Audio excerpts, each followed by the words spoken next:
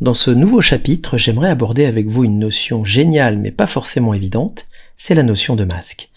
Alors le masque d'abord, ça sous-entend que vous maîtrisez les techniques de sélection et les techniques de calque. Alors ça normalement, c'est déjà le cas puisque nous les avons abordés dans les séquences précédentes, et il serait quand même important pour moi de vous rappeler que les masques vont vous permettre d'étoffer vos compositions, de générer des effets graphiques sympas comme des effets de transition de matière, des effets pochoirs, bref, de créer des compositions un peu plus subtiles, avec en plus de ça un truc très important à noter, c'est que tout ce que vous allez faire sera réversible.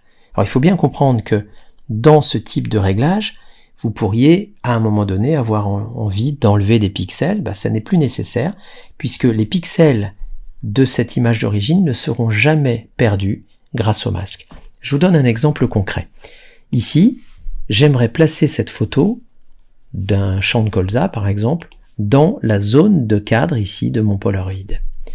Si je fais ce qu'il ne faut pas faire, donc attention, notez bien que ce que je vais vous dire là, ça n'est pas la bonne méthode, mais je vous donne un exemple. Je décide de déverrouiller mon calque d'arrière-plan, je fais une sélection, alors comme je vais bien sûr annuler tout ça, je ne vais pas prendre trop de temps pour sélectionner, donc je sélectionne quoi? La zone qui m'intéresse, donc la zone de cadre de mon Polaroid, et comme j'ai déverrouillé juste avant mon calque, je peux me permettre tout bêtement d'effacer ma zone. J'ai donc fait un trou dans ma photo, déjà ça me plaît pas beaucoup parce que j'ai enlevé des pixels réellement, et vous imaginez bien que si je décide d'enregistrer mon montage maintenant, eh bien mes pixels sont perdus définitivement. Donc ça déjà, ça me plaît pas trop, mais je continue quand même ma démonstration. Puis je décide de sélectionner mon image, pour cela, CTRL A, je pense que c'est un raccourci que vous connaissez, mais CTRL A, je vous le rappelle au cas où, ça permet de tout sélectionner, et je vais ensuite demander soit CTRL C ou édition copier, puisque je souhaite tout bêtement sélectionner ce visuel-là. Pourquoi? Eh bien pour le coller tout simplement dans ma photo cible qui se trouve ici. Alors si mon image est trop petite, je peux évidemment la redimensionner légèrement. N'oubliez pas qu'on avait évoqué ensemble un facteur d'agrandissement qui se situe aux alentours de 30%. Au-delà, vous risquez d'abîmer l'image. Et donc ici, je déplace ma photo. Alors pour le moment, tant qu'elle est dessus, naturellement, l'effet escompté n'est pas au rendez-vous. Donc je vais descendre tranquillement mon calque ici pour le faire passer derrière.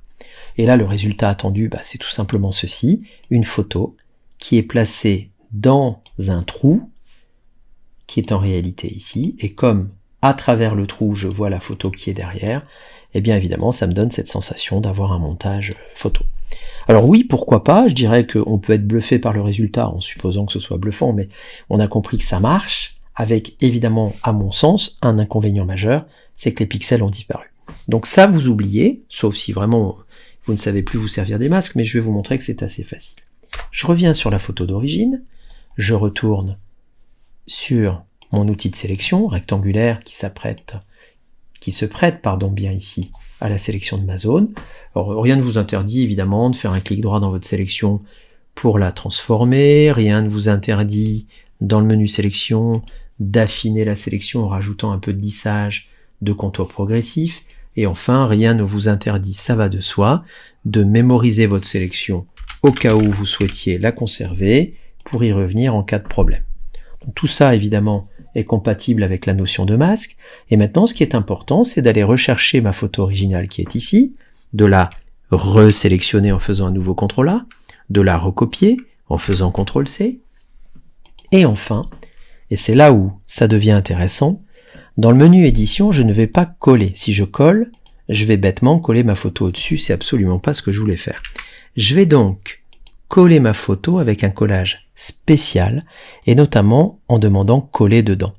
J'attire votre attention sur ce qui va se passer en même temps au niveau de la palette des calques ici, et regardez bien, quand je demande coller dedans, je colle non seulement mon image dans ma zone de sélection, mais en plus de ça, je génère à la droite de mon calque ici, une vignette spécifique, noir et blanc, qui est en réalité le masque. Donc j'ai à gauche la vignette du calque, à droite la vignette du masque, qui s'est automatiquement créée au moment où j'ai collé dedans. Alors, ça ne me dispense pas évidemment de continuer à travailler sur le calque et dire pourquoi pas que l'image étant trop petite, je vais l'agrandir. L'idée c'est qu'elle couvre la zone qui m'intéresse. j'oublie pas de valider, et donc avec ma flèche de déplacement, je peux toujours bouger mon image, et là j'ai réellement la sensation d'avoir un effet pochoir. Alors vous allez me dire, comme tout à l'heure, oui mais, tout à l'heure, souvenez-vous, on avait supprimé physiquement les pixels de l'image. Et bien là c'est plus du tout le cas. Vous voyez ici que si je masque mon calque, et donc mon masque, je vais aussi visualiser les pixels grisés d'origine qui étaient derrière. Donc ça c'est la super bonne nouvelle du jour. J'ai donc la même chose, mais avec la possibilité pour moi de conserver à 100% les pixels d'origine de mon image. Pour le reste, eh bien, l'effet pochoir fonctionne très bien. Je peux toujours dimensionner mon image. Et puis au-delà de ça, évidemment, puisque je suis aussi dans un calque, je peux demander un réglage spécifique.